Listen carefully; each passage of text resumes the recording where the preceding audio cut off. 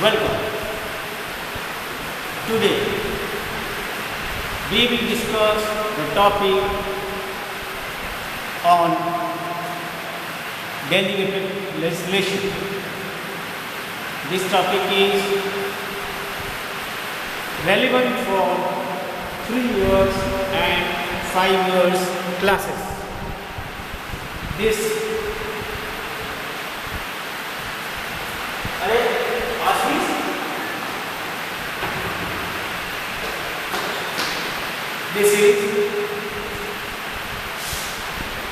is relevant for 3 years and 5 years. Delegated legislation means the law delegated by the main authority to formulate to some other authority. This delegated legislation refers when the law-making power is devolved to some another agency. Basically, the delegated legislation refers to 2 kinds of agencies. One is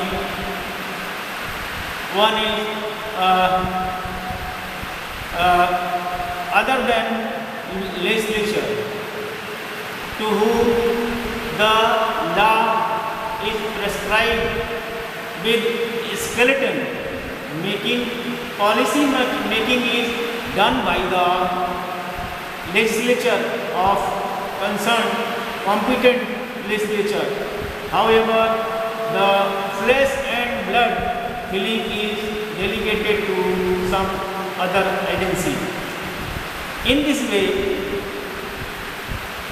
the produce is delegated legislation, because the delegated legislation refers to procedure and produce also, in which the making is procedural aspect regarding making of legislation is delegated legislation, and the produce which comes after is delegated legislation. In this respect, in this way, both practice and procedure, यानी जो उत्पाद है वो उत्पाद जो है वो प्रत्यायोजित विधान कहलाता है, क्योंकि प्रत्यायोजित विधान से तात्पर्य होता है कि प्रक्रिया और जो उत्पाद है वो दोनों के लिए प्रत्यायोजित विधान का संदर्भ लिया जाता है, क्योंकि इसमें एक सक्षम विधायिका किसी अन्य एजेंसी को, किसी अन्य विभाग को, किसी अन्य इकाई को लॉ मेकिंग विधि निर्माण की प्रक्रिया जिस पावर के तहत ट्रांसफर करती है उसे डेलीगेटेड लेजिस्लेशन कहते हैं। और दूसरे अर्थ में जो डेलीगेटेड लेजिस्लेशन यानी प्रत्यायोजित विधान का प्रयोग किया जाता है वह उत्पाद को दृष्टिगत रखते हुए, अर्थात जो उत्पाद बन के आता है उसे डेलीगेटेड लेजिस्लेशन कहते हैं। अब इसका बहुत महत्वपूर्ण टॉपिक है reasons for growth of delegated legislation. Reasons for growth of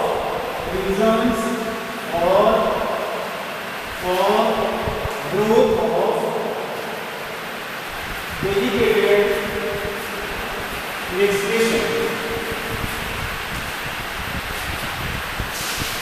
अर्थात प्रत्यायोजित विधान के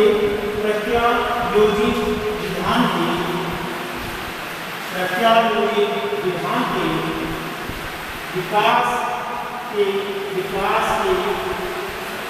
के कारण, प्रत्यायोजित विधान के विकास के कारण क्यों प्रत्यायोजित विधायन का विकास किया गया? इसमें पहला कारण है प्रेशर अपॉन पार्लियामेंट्री टाइम। संसद के पास प्रेशर, संसद के पास विधि निर्माण के लिए जितना समय चाहिए उतना समय नहीं होना, ये पहला कारण है। दूसरा कारण टेक्निकलिटी अर्थात तकनीकी, किसी विषय का बहुत तकनीकी होना।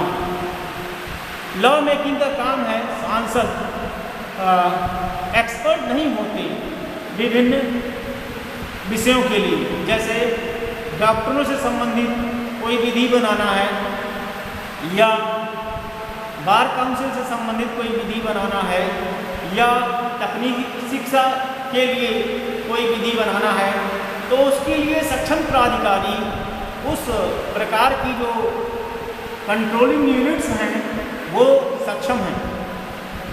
ऐसी दशा में जो पेरेंट लेजिस्लेचर, संसद या राज्य की विधायिका जो उस विषय पर सक्षम है, सक्षम अधिकारिता रखती है विधि निर्माण के लिए, वो विधि निर्माण की प्रक्रिया उस प्रकार के विशेषज्ञों की इकाई को, डिपार्टमेंट को, विभाग को वो हस्तांतरित कर सकते हैं।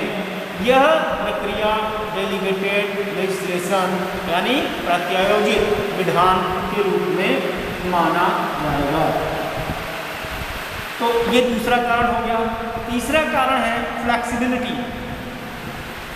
देखिए, फ्लेक्सिबिलिटी का मतलब यह है कि अगर विधायक बनाएंगे और बिना उस कानून के प्रभावकारिता पर विचार किए तो उसमें फ्लेक्सिबिलिटी नहीं होगी, नमनीयता नहीं होगी। इसलिए अगर जिन लोगों को वह के लिए कानून बनाना है, अगर वो लोग कानून बनाएंगे तो उसमें फ़ायदा ये होगा कि वह प्रैक्टिकल एप्लीकेशन यानी कि व्यावहारिक त्रुटियों, व्यावहारिक दृष्टि, व्यावहारिक परेशानियों, समस्याओं को ध्यान में रख के बनाया जाएगा। तो इस तरह से उसमें फ्लेक्सिबिलिटी होती है। नेक्स्ट पॉइंट है एक्सपेरिमेंट। ये चौथा पॉइंट जो है विधायन, प्रत्यायोजित विधायन के विकास के लिए ये चौथा पॉइंट भी आवश्यक है। एक्सपेरिमेंट। एक्सपेरिमेंट का मतलब क्या हुआ कि उसका प्रयोग किया जाना। किसी बिंदु पर कोई विधि अगर नहीं है और उस पर पहली बार विधि का निर्माण होना है तो यह समुचित कारण है कि उस नए विषय पर